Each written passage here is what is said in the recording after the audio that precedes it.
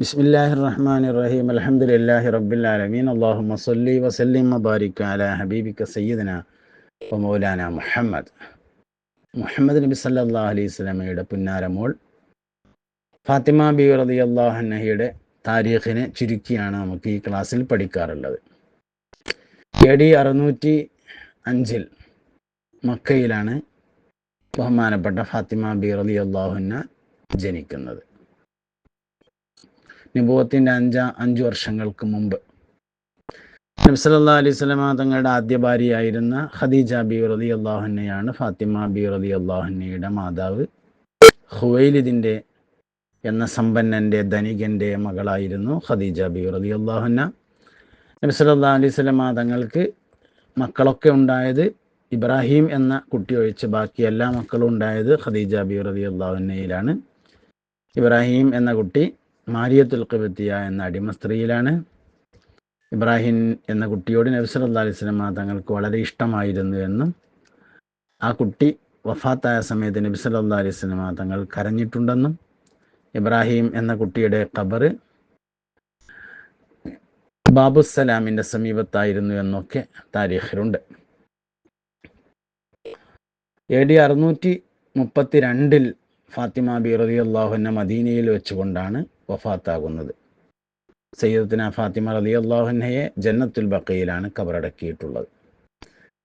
അലി റളിയല്ലാഹു അൻഹു ആണ് ഫാത്തിമ ബീവി റളിയല്ലാഹു അൻഹയുടെ ഭർത്താവ്. നിരവധി വിവാഹാലോചനകൾ ഫാത്തിമ ബീവിക്ക് വന്നിരുന്നെങ്കിലും നബി സല്ലല്ലാഹു അലൈഹി വസല്ലമ തങ്ങൾക്ക് അലി റളിയല്ലാഹു അൻഹുവിനെ കൊണ്ട് വിവാഹം കഴിപ്പിക്കണമെന്ന് താല്പര്യമുണ്ടായിരുന്നു.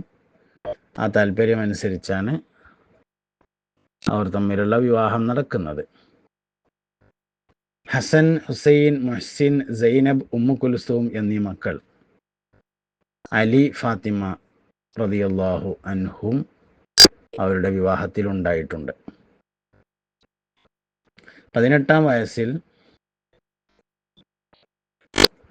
സെയ്ദ് ബിൻ ഹാരിസ റളിയല്ലാഹു അൻഹുവിന്റെ നേതൃത്വത്തിൽ മദീനയിലേക്ക് പോയ സംഘത്തോടൊപ്പം ഫാത്തിമ ബീവി റളിയല്ലാഹു അൻഹയും മദീനയിലേക്ക് യാത്ര ചെയ്തു.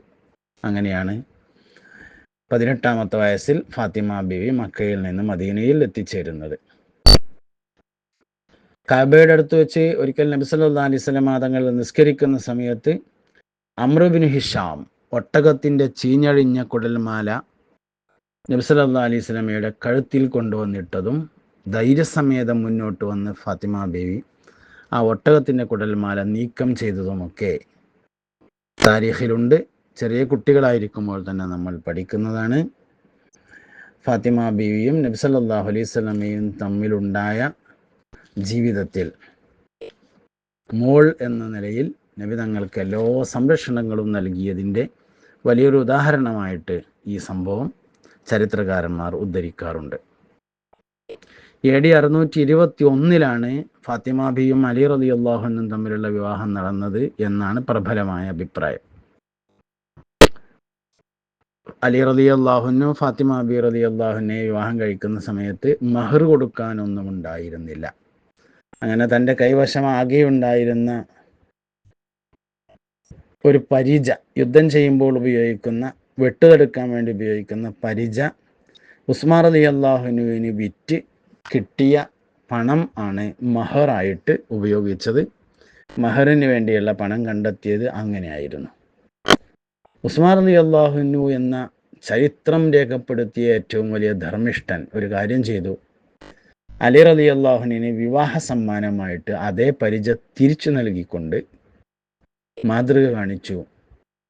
യോദ്ധാവ് കൂടിയായ അലി റളിയല്ലാഹു അൻഹുവിൻ്റെ കൈവശം ആ പരിച മഹാനായ ഉസ്മാൻ റളിയല്ലാഹു അൻഹു തിരിച്ചെത്തിച്ചുകൊണ്ട് ആ പരിച സൂക്ഷിച്ചിരിക്കാൻ ഏറ്റവും നല്ല കൈ അലി റളിയല്ലാഹു അൻഹുവിൻ്റെ കൈ തന്നെയാണ് എന്ന് തെളിയിക്കുക കൂടി ചെയ്തിട്ടുണ്ട്.